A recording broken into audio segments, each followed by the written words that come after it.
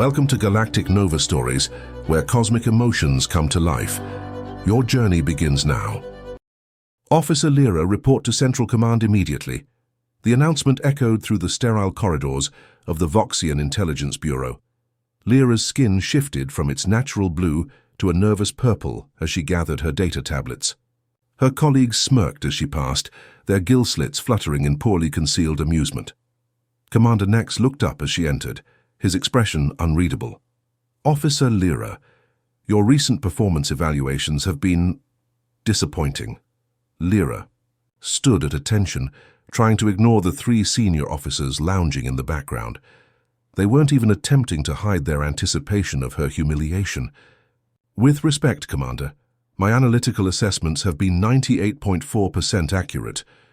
Your assessments, yes, interrupted Nex. Your ability to follow protocol, less so. Your suggestion to initiate direct contact with humans was explicitly against Council directives. One of the senior officers, Trell, snorted. Humans, barely out of their atmospheric nursery and still fighting over patches of dirt, the room filled with chittering laughter. Humans were the galaxy's favorite joke, primitive bipeds who had managed rudimentary space travel, but remained oblivious to the vast galactic community observing them. The Council has made a decision regarding your reassignment, continued Nex, his thin lips twitching. You've been selected for a special cultural immersion mission. Lyra's heart raced. Perhaps they had reconsidered her proposal. You are to be deployed to Earth, where you will integrate with a human specimen. Specifically, you'll present yourself as a potential mate. More laughter erupted. Lyra's skin flushed a deep purple. Surely this is a jest, Commander. Not at all. The Council believes we need deeper understanding of human pair bonding rituals. You'll be genetically modified to appear human while maintaining Voxian physiology. Trell approached, unable to contain his mirth. Think of it as a diplomatic marriage, Lyra. Though obviously no actual reproduction will occur, our species are entirely incompatible. This assignment is punishment, Lyra said flatly. Commander Nex's expression hardened. This assignment is an opportunity to demonstrate your value to the Bureau, unless you'd prefer permanent reassignment to waste management. Lyra knew when she was defeated.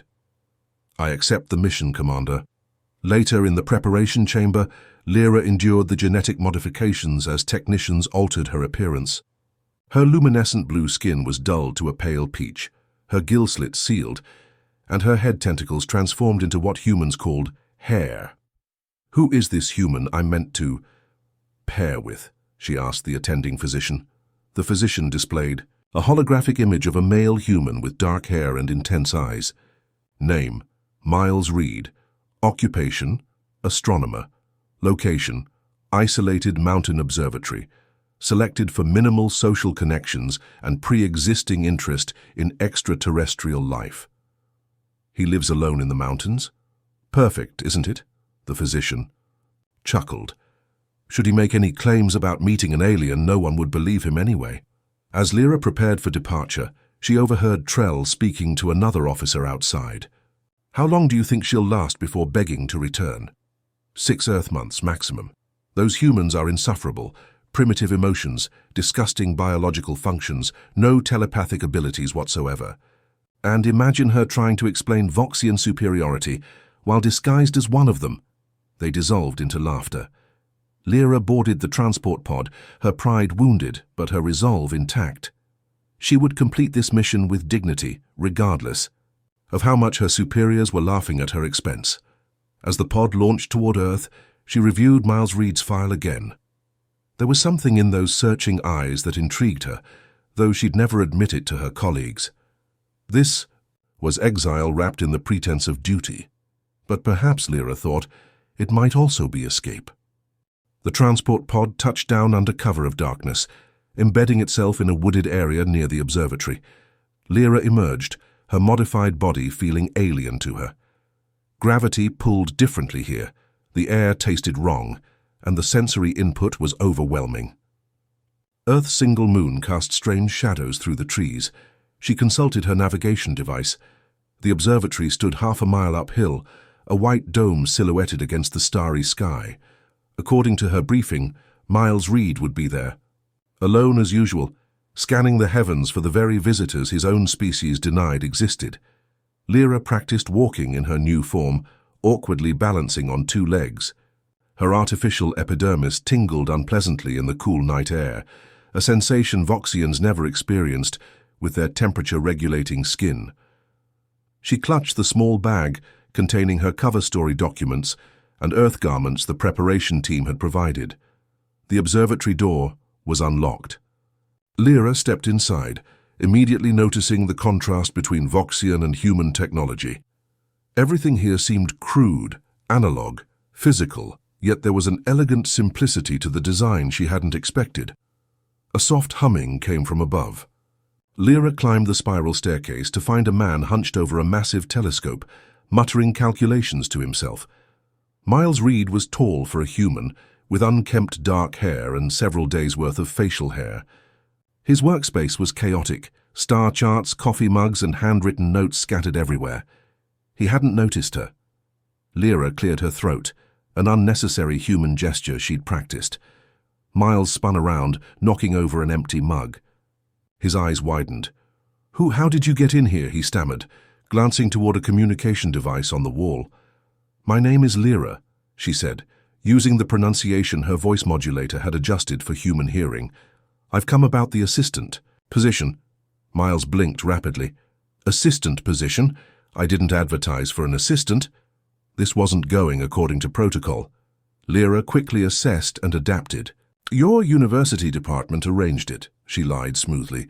"I have the documentation here." She handed him the forged papers. Miles studied them suspiciously. "Princeton doesn't usually send assistants without consulting me first," he said, but his voice carried less certainty. "Especially not at midnight. My transport was delayed. The village innkeeper said you often work through the night, so I decided to introduce myself immediately." Lyra forced her facial muscles into what she hoped was a disarming smile. "Miles," ran a hand through his hair. "Look, there must be some mistake. I work alone, always have. Your research on potential communication frequencies for extraterrestrial intelligence is why I requested this placement specifically," Lyra said, spotting a thesis paper on his desk and quickly scanning its title. Miles's expression changed instantly. "You're interested in my SETI modifications? Everyone at the department thinks it's a waste of resources." "I find your theories compelling." Miles studied her face. Lyra maintained eye contact, though it felt uncomfortable. Human. Eyes were disturbingly expressive. "You're not from Princeton," he said finally. "Your accent, I can't place it." "I was raised internationally," Lyra replied using another prepared cover story. "My specialization is in comparative astronomy and theoretical xenobiology." Miles's suspicion visibly warred with his scientific curiosity. "Xenobiology? That's not even a recognized field at Princeton." "Perhaps that's why they sent me to you," Lyra countered. "Institutional outsiders should collaborate." Something in her phrasing seemed to resonate with him. His shoulders relaxed slightly. "It's late. We can sort this out tomorrow," he said, gesturing to a small side room. "There's a cot in the storage area if you need somewhere to sleep tonight." Lyra nodded, satisfied with this initial progress. The mission parameters didn't specify how quickly she needed to establish pair bonding, only that she should integrate herself into his life. As she settled onto the uncomfortable cot, she heard Miles resume his work, the telescope motors whirring as he adjusted the coordinates. Her monitoring devices indicated he was pointing it toward the very sector of space where the Voxian homeworld existed, though he couldn't possibly know that. Lyra felt a strange sensation in her chest, something like amusement mixed with an emotion she couldn't identify. This human was searching so diligently for proof of what was now lying on a cot 20 feet away from him. Perhaps this assignment wouldn't be quite as tedious as she had anticipated. 2 weeks into her assistant position, Lyra found herself reluctantly impressed by Miles. He worked with relentless focus, often forgetting to eat or sleep unless she reminded him. His equipment might be primitive, but his theoretical frameworks were surprisingly sophisticated. "Your calculations regarding habitable zones are extremely precise," she commented one evening as they reviewed star charts together. Miles glanced up, a hint of surprise in his eyes. He wasn't used to genuine compliments. The department thinks I'm wasting my time. They want observable results, publications, not theories about potential communication methods with civilizations they don't believe exist.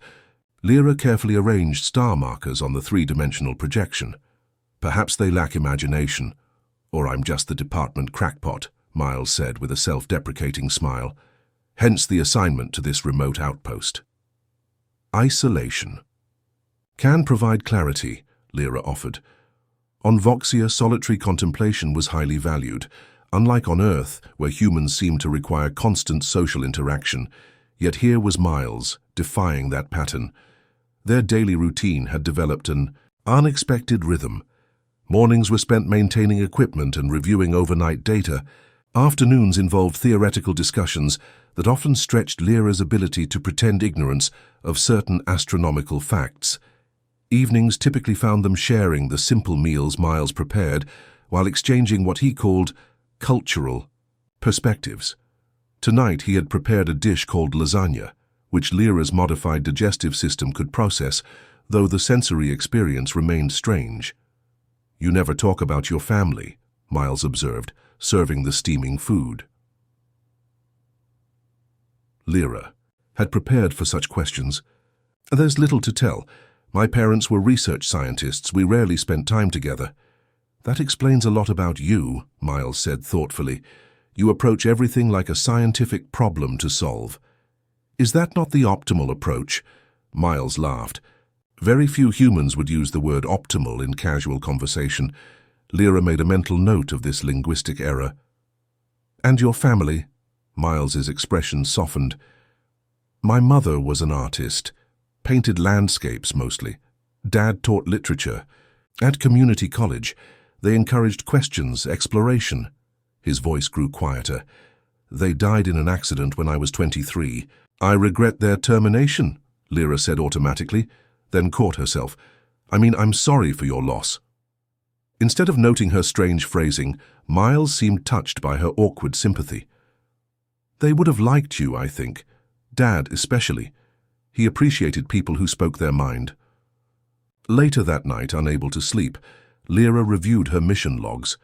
The data she was supposed to be gathering on human mating behaviors remained sparse. Miles had shown no romantic interest in her, focused entirely on their scientific collaboration. This both relieved and strangely disappointed her. Her report to command was due tomorrow. What would she say? That the human was more intellectually complex than Voxian scientists had believed possible? That his theories about interstellar communication nearly mirrored actual Voxian methods? A soft knock interrupted her thoughts. Lyra? Are you awake? Miles called through the door. The meteor shower is peaking. It's spectacular. She found him outside on the observatory deck, gazing upward. The sky blazed with streaking lights, chunks of space debris burning in Earth's atmosphere. On my world, Lyra began, then quickly corrected herself. In my country, we have a legend that falling stars are messages from distant worlds. Miles looked at her curiously. What do you think they're saying? The honest answer, that these were merely cosmic debris, meaningless except as navigational hazards, felt suddenly inappropriate. Instead, she found herself saying, Perhaps they're saying we are not alone. Miles smiled, his eyes reflecting the falling lights. I've always believed that. Standing beside him under Earth's open sky, Lyra experienced an unfamiliar sensation. For the briefest moment, she didn't feel like a Voxian intelligence officer on a humiliating assignment. She felt, improbably, like she belonged. 3 months into her mission, Lyra's reports to command had become increasingly vague. She justified the lack of detail as ongoing integration into the subject's environment, but the truth was more complicated. The line between researcher and participant was blurring.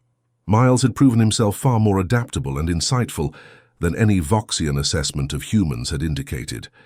He'd begun to intuit patterns in her behavior, noting when she slipped and referenced technology that shouldn't exist, catching her unfamiliarity with basic human customs.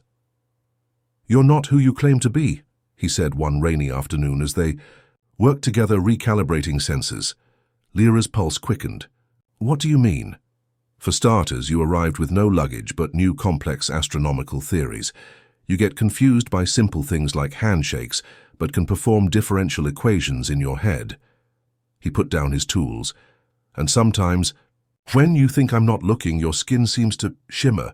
Her genetic camouflage must be fluctuating. A critical error. Miles, I can explain. You don't need to, he interrupted gently. I've known since the second week. Lyra stared at him.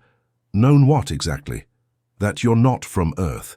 He said it so matter-of-factly that Lyra momentarily lost her ability to respond. The question is, why are you here? Observation. Invasion reconnaissance.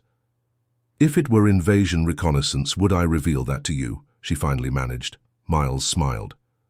Probably not, but you would have chosen someone with actual power or influence for your study, not an astronomer exiled to a mountaintop. His perception was uncomfortably accurate. Lyra considered her options. Continue denying, eliminate the witness, or tell a version of the truth. The second option was technically protocol but felt unthinkable now. I was sent to study human pair bonding behaviors, she admitted. With you specifically. Miles blinked. So you're... What? An alien anthropologist assigned to date me?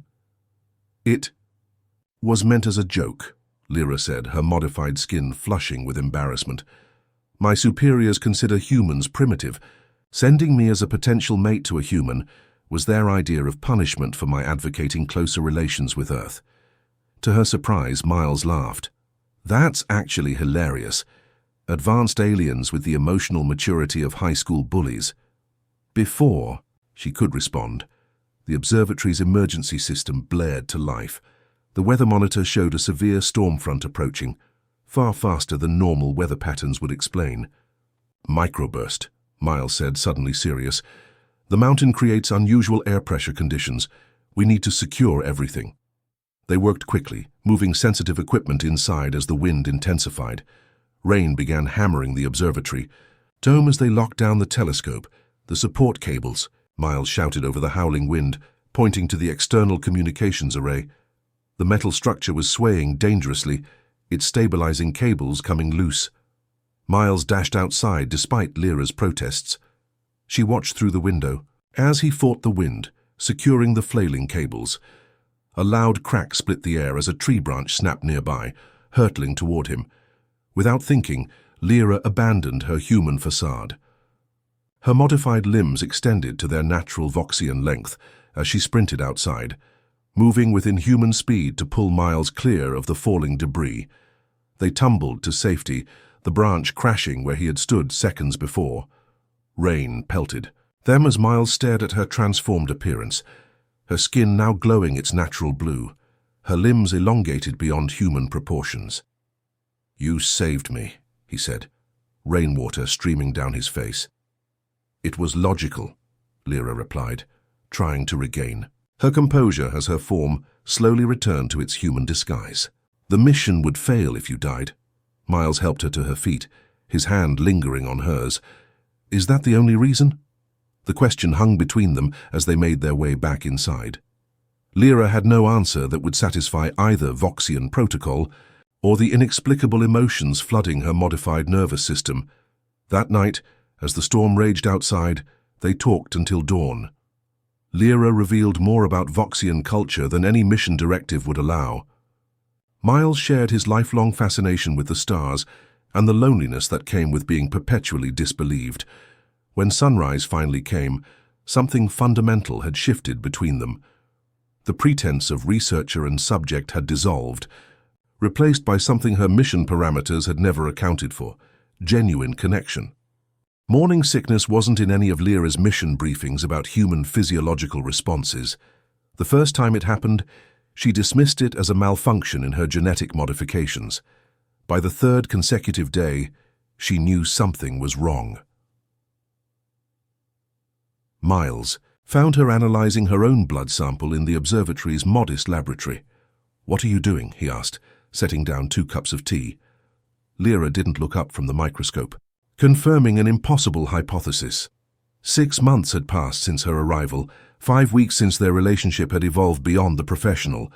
According to every Voxian biological text, cross-species reproduction with humans was genetically impossible. Their cellular structures were fundamentally incompatible. Yet here was evidence to the contrary, swimming under her microscope lens. "Miles," she said carefully, "I need to explain something about Voxian biology." He sat beside her, concerned by her formal tone. Their relationship had deepened since the storm incident, growing into something neither had anticipated. Miles had embraced her alien nature with remarkable adaptability, even learning basic phrases in her native language. "In my species, reproduction requires genetic compatibility and deliberate biological activation," she explained. "Random fertilization doesn't occur." Miles nodded slowly. "Okay. Which makes what I'm seeing impossible." She gestured to the microscope. "I'm pregnant." Miles froze, his tea forgotten. "But you said that our species cannot reproduce together. Every scientific principle on my world confirms this." He leaned forward to look through the microscope. Though he lacked her specialized knowledge, even he could see the cellular division occurring in the sample. "How?" he finally asked. Lyra's scientific mind raced through possibilities. "Something in human DNA must be unique, more adaptable than we realized. Your genetic structure seems capable of reconfiguring to achieve compatibility." Miles sat back, processing this information. "A baby, our baby." His voice contained wonder rather than fear. "Half human, half Voxian." "This changes everything," Lyra whispered. "My people believed humans were evolutionarily stagnant, but this suggests the opposite. Your DNA contains adaptive capabilities beyond anything we've encountered." Miles placed his hand over hers. "What happens now?" The protocol was clear. Any significant discovery about human biology must be reported immediately. She would be extracted, the pregnancy studied, the human subject's memory altered. The thought made her physically ill. "I need to return to my homeworld," she said finally. "This discovery is too significant to transmit electronically." Miles's eyes darkened with understanding. "They'll want to study it, study us." "Yes." There was no point denying it. "Will you come back?" The question held all the vulnerability he rarely displayed. Lyra hesitated. Her duty as a Voxian officer demanded one answer. The new life growing inside her, and the unfamiliar emotions now inseparable from her connection to Miles, suggested, "Another?" "I don't know," she admitted. That evening they sat on the observatory deck watching Earth's sunset, a spectacle Lyra had initially found garish, but now appreciated for its ephemeral beauty. Miles had been uncharacteristically quiet since her announcement. "I've been thinking," he finally said, "about human adaptability." Lyra turned to him. "What about it?" "It's our defining characteristic. Throughout our history, humans have survived by adapting, physically, technologically, socially. Maybe this pregnancy isn't an accident, but evidence of that fundamental trait extending to the genetic level." His insight struck Lyra profoundly. Voxians valued stability and predictability. Their own evolution had been a steady, controlled progression. Humans, by contrast, had evolved through chaotic, seemingly random adaptations, yet had achieved consciousness and technology in a fraction of the time. "If you're right," she said slowly, "it changes how the galactic community should view humanity." Miles took her hand, placing it gently over her still flat abdomen. "This little one might be more important than either of us realized." Lyra made her decision then. She would return to Voxia not as a failed intelligence officer, but as a scientific ambassador, carrying evidence of humanity's unique evolutionary gift. "I'll come back," she promised. "The child deserves to know both worlds." Miles nodded, but sadness lingered in his eyes. "How long will you be gone?" Lyra calculated the relativistic time differentials. 3 Earth months, perhaps 4. "I'll continue our research while you're gone," he said, "and I'll be waiting." As they sat together beneath the emerging stars, Lyra realized how completely her mission had transformed. She had arrived believing herself superior, sent to study a primitive species as punishment. She would leave carrying the future, not just of their unlikely union, but potentially of interspecies understanding across the galaxy. The transport pod hummed as it broke Earth's atmosphere, accelerating toward the jump point that would carry Lyra across 27 light-years to Voxia. She pressed her hand against the viewport, watching the blue planet recede. 12 hours. Earlier she had said goodbye to Miles. The memory played in her mind with perfect Voxian recall. "Take this," Miles had said, pressing a small device into her hand. "I loaded it with music, art, literature, everything I thought might help explain us to your people." The us had referred not just to humans, but to what they had become together. Lyra had accepted the gift, recognizing it for what it was, a cultural embassy in digital form. "If they don't let you return," Miles had added quietly, "at least part of me will be with you both." His hand had rested briefly on her abdomen, where their impossible child grew. The genetic scans she'd performed indicated the fetus was developing.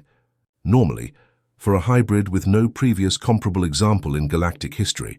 Now as stars streaked past the transport windows, Lyra reviewed her strategy. She would present her findings to the Scientific Council first, bypassing her intelligence superiors. The pregnancy would be irrefutable evidence of humanity's unique genetic adaptability and grounds for reconsidering Earth's classification. As a pre-contact civilization, a wave of nausea interrupted her thoughts.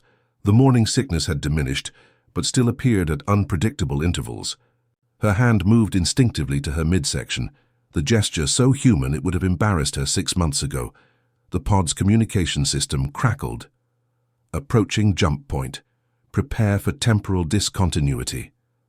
Lyra secured herself as the pod entered the artificial wormhole. Her thoughts turned to the child. How would jump travel affect its development? No Voxian had ever been pregnant with a half-human child during interstellar travel. Every moment brought new scientific questions she had never anticipated when this mission began. When consciousness returned after the jump, Lyra saw the familiar emerald glow of Voxia's twin suns. Home, or what had been home before Earth, changed everything. The landing process was automatic, bringing her to the central transport hub, where all returning intelligence officers were processed. As the door slid open, Lyra straightened her posture and stepped out, still wearing her human-modified appearance. Commander Nex waited on the platform, his expression shifting from professional detachment to shock as he registered the subtle changes in her physiology. "Officer Lyra," he began formally, then lowered his voice, "your mission parameters did not include physical alterations beyond the initial disguise." "The alterations were necessary for the discovery I've made," she replied, matching his professional tone despite the emotion churning beneath. Discovery. His gill slits fluttered with skepticism. "I request an immediate audience with the Scientific Council." Lyra handed him her data storage device. "The information is too sensitive for standard debriefing." Nex's eyes narrowed as he scanned the preliminary data. His skin flushed purple, the Voxian equivalent of blanching. "This is impossible," he whispered. "Evidently not," Lyra replied calmly. Within hours, she found herself in the council chamber, surrounded by Voxia's most distinguished scientific minds. The room fell silent as she entered. Many had clearly been briefed on her condition. Their stunned expressions confirmed it. Director Thaler, head of the Biological Sciences Division, spoke first. "Officer Lyra, we've reviewed your preliminary data. Before proceeding, we must confirm. You claim to be carrying a viable hybrid offspring. Half Voxian, half human. I do not claim it, Director. I have confirmed it through extensive genetic analysis." Lyra projected the results onto the chamber's central display. "The embryo shows complete genetic integration, with human DNA demonstrating unprecedented adaptive properties." Murmurs filled the chamber. Director Thaler approached, medical scanner in hand. "May I?" Lyra nodded consent. The scanner hummed as it passed over her abdomen. The chamber erupted into chaos as the results appeared on the main screen. The fetus, now visible to all, showed unmistakable signs of both species while developing in a pattern that defied existing biological models. "Impossible," someone whispered, echoing Commander Nex's earlier assessment. Yet, here it is, Lyra responded. She activated Miles's device, projecting images of Earth, its art, its music, its literature. Humanity is not what we believed. Their adaptability extends beyond behavior into their very genetic structure. As the Council absorbed this revolutionary information, Lyra felt a peculiar sensation, pride not in her discovery or her people, but in Miles and the child they had created, a child that might someday bridge two worlds that had never imagined they could connect. The implications are staggering, Director Tala announced to the assembled Voxian High Council. 2 weeks of intensive study had confirmed Lyra's findings and expanded upon them. Human DNA contains adaptive properties unlike any species we've encountered in 7 centuries of interstellar exploration. Lyra sat quietly at the witness table, her pregnancy now visibly evident even through her formal uniform. The council chamber was packed with representatives from every scientific discipline and governmental department. If humans can achieve reproductive compatibility with Voxians, continued Tala, they may possess genetic keys that could revolutionize our understanding of evolution itself. Commander Nex shifted uncomfortably in his seat. The intelligence division had been notably silent since Lyra's return, their earlier mockery of her assignment transformed into awkward deference. Council Leader Marvi leaned forward. Officer Lyra, you've lived among humans. Beyond these biological discoveries, what is your assessment of their species? All eyes turned to her. This was the moment Lyra had prepared for. She stood, activating the holographic display. Humans are paradoxical, she began. Technologically primitive by our standards, yet advancing at unprecedented rates. Their history shows consistent patterns of self-destruction, countered by equally powerful drives toward creation and discovery. She displayed historical images from Miles's device, human wars followed by Renaissance periods, environmental destruction alongside conservation efforts. Their adaptability extends beyond genetics into their cultures and technologies, she continued. While we perfect a single solution, they generate thousands of imperfect ones, some of which evolve into unexpected innovations. A series of human artistic works appeared. Music, visual art, literature. The chamber filled with the sounds of a symphony orchestra. This is Beethoven's 9th Symphony, Lyra explained. The composer was deaf when he created it, imagining sounds he could no longer hear. Voxian art had always been precise, mathematical, perfect, but never composed by someone lacking the very sense it was designed for. The concept seemed to unsettle and fascinate the council equally. Senior geneticist Prell raised a hand. These cultural oddities are interesting, but secondary to the primary question.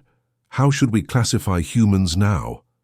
Lyra switched to the genetic displays.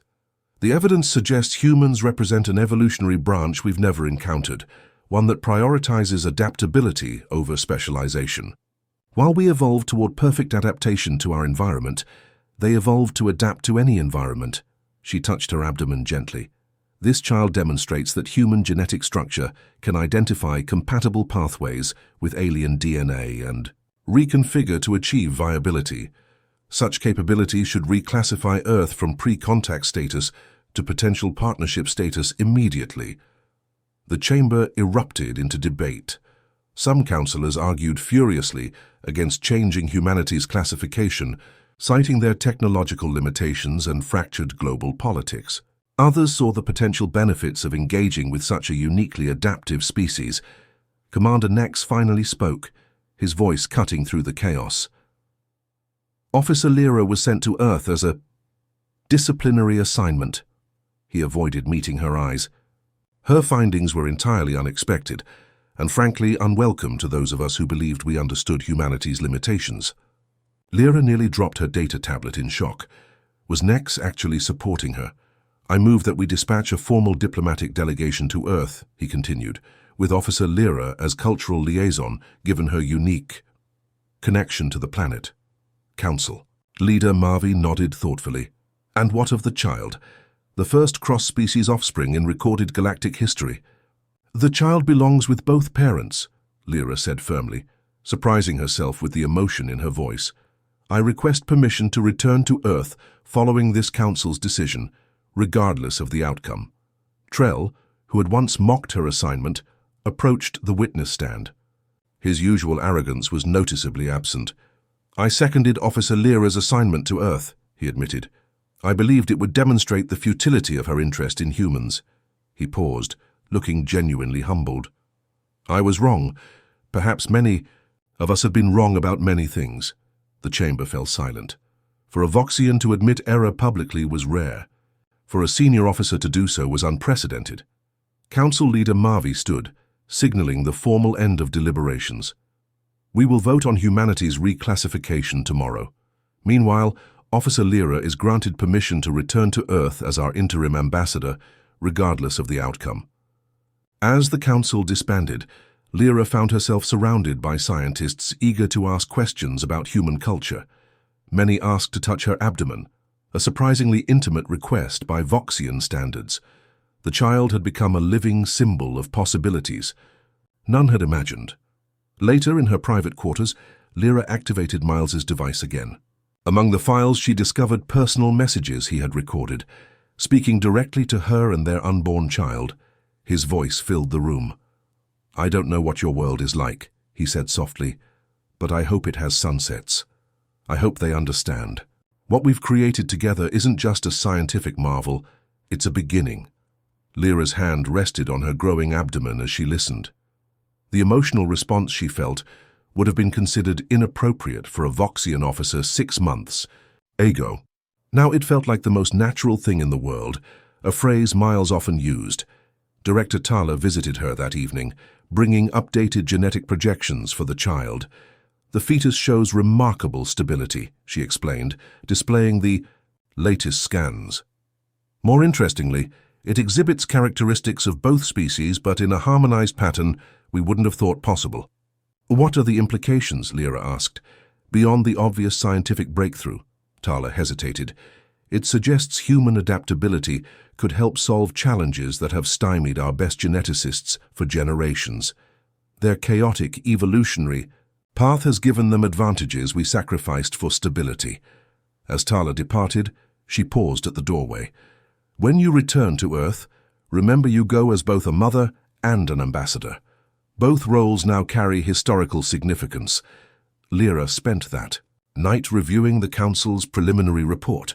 Humanity would almost certainly be reclassified. The question was whether as a protected species of special interest or as potential allies in the galactic community.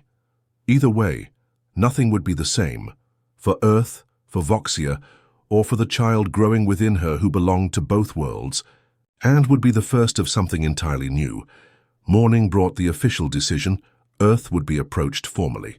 A delegation would accompany Lyra back to the planet, with first contact to be made through Miles as the initial human liaison.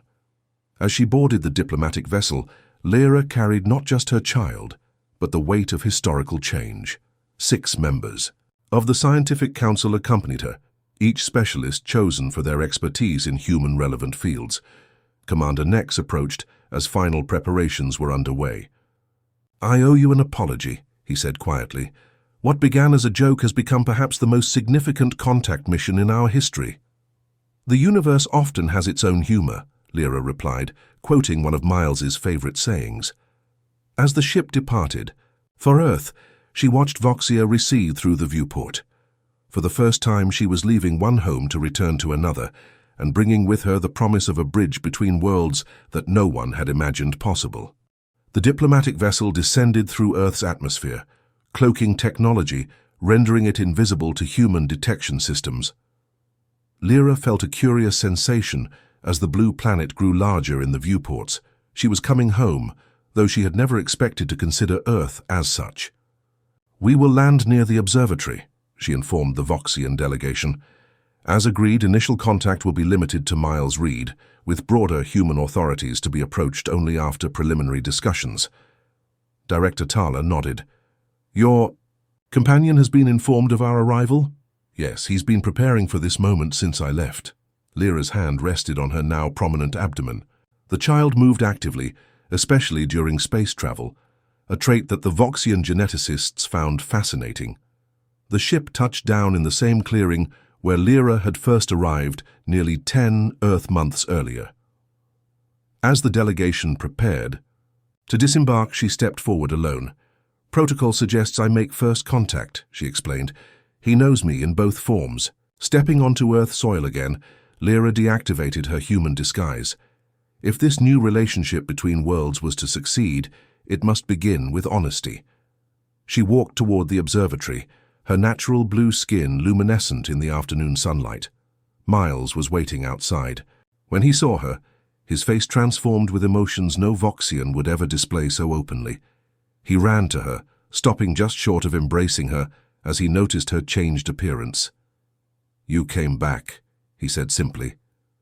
"With company," she replied, gesturing toward the ship as its cloaking field dissolved, revealing the sleek vessel and the delegation now emerging. Miles stared in wonder. "It's really happening." "Yes." She took his hand and placed it on her abdomen. "All of it." The child chose that moment to kick vigorously. Miles laughed, a sound that startled the approaching Voxian diplomats, whose expressions registered confusion at this explosive vocal emission. "Director Tala, council members," Lyra said formally, "may I present Miles Reed of Earth, astronomer, father of our child, and humanity's first official contact with galactic civilization." What followed were 3 days of continuous discussion. Miles proved himself an exceptional ambassador, his scientific background allowing him to grasp complex concepts, while his uniquely human perspective asked questions the Voxians would never have considered. On the 4th day, as they prepared, documents for approaching Earth's united scientific authorities, Lyra felt the first contractions. 23 hours later, in a modified medical chamber aboard the Voxian vessel, their daughter was born. The child had Miles's dark hair and Lyra's luminescent skin, 5 fingers like a human but the subtle gill markings of a Voxian. Her eyes, when they opened, contained flecks of iridescence no human or Voxian had ever possessed. They named her Nova, a word that existed in both human astronomy and the ancient Voxian language, meaning new star. 6 weeks later, a broader delegation of Earth scientists was invited to the observatory. Miles and Lyra stood together, Nova cradled between them, as the human scientists came face to face with representatives of an advanced civilization for the first time. Today marks the beginning of Earth's formal relationship with the galactic community, Lyra addressed the assembled humans, whose expressions ranged from shock to wonder to tears. "Your world has been reclassified based on our discovery of humanity's unique genetic adaptability, a trait that may prove valuable throughout the galaxy." Miles stepped forward. "What my wife means is that humans can offer something no other. Species can, our capacity to change, to adapt, to find connections where none seemed possible." He gestured to their daughter. "Nova is living proof." One human scientist, an older woman with silver hair, approached cautiously. "May I?" she asked, reaching toward the child. Lyra nodded, and the woman gently touched Nova's hand. The baby gripped her finger with surprising strength. "She's beautiful," the scientist whispered. "And what does she represent for our future?" "Integration without assimilation," Lyra answered. "Your species will join the galactic community not as subordinates, but as contributors with unique qualities. Your adaptability complements our stability." The formal announcement to Earth's broader population would come later, carefully managed to minimize social disruption. But in this room, on this day, history was already changing course. That evening, after the human delegation departed and the Voxian diplomats returned to their vessel, Lyra and Miles stood on the observatory deck with their daughter. The same. Stars that had once seemed to separate their worlds now united them in a shared sky. "Your former colleagues," Miles asked, "the ones who sent you here as a joke, what do they think now?" Lyra smiled, a human expression she had grown comfortable with. "Trell has been assigned as cultural liaison officer for the next 50 years. His punishment is to learn everything about human culture and teach it to Voxian diplomatic candidates." Miles laughed. "And Commander Nex?" "He personally requested to serve on the Earth Embassy staff." She adjusted Nova in her arms. "He said something about wanting to understand the species that proved him wrong about so many things." Miles wrapped his arm around them both. "And you?" Ambassador Lyra, bridge between worlds, mother of the galaxy's first hybrid child. What do you want? Now? Lyra looked at their daughter, then up at the stars where both their civilizations existed. This, she said simply. Just this.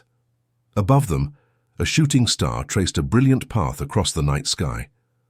Once, Lyra would have seen it as merely cosmic debris, a navigation hazard. Now, she found herself wondering if perhaps it truly was her message, nature's own way of celebrating connections formed across the vast emptiness of space. Nova reached toward the fading light trail, her tiny hands glowing softly in the darkness. Not quite human, not quite Voxian, but something entirely new, a bridge between worlds that had begun as a joke, but would forever change the course of two civilizations. Just this, Lyra repeated, holding her family close beneath the endless stars. This is enough.